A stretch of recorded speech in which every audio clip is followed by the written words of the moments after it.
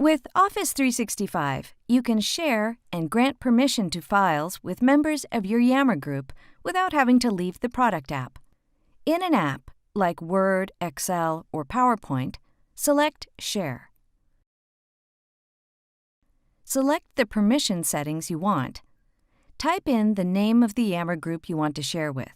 The name should automatically populate from your organization's directory.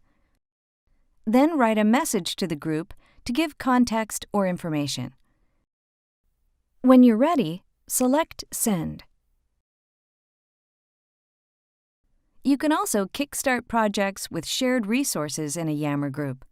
Under Office 365 Resources, you'll see different services and apps to help you and your community get started.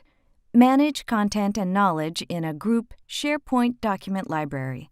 Build a SharePoint site for your group. Manage note-taking in a shared OneNote. And manage tasks for the group in Planner.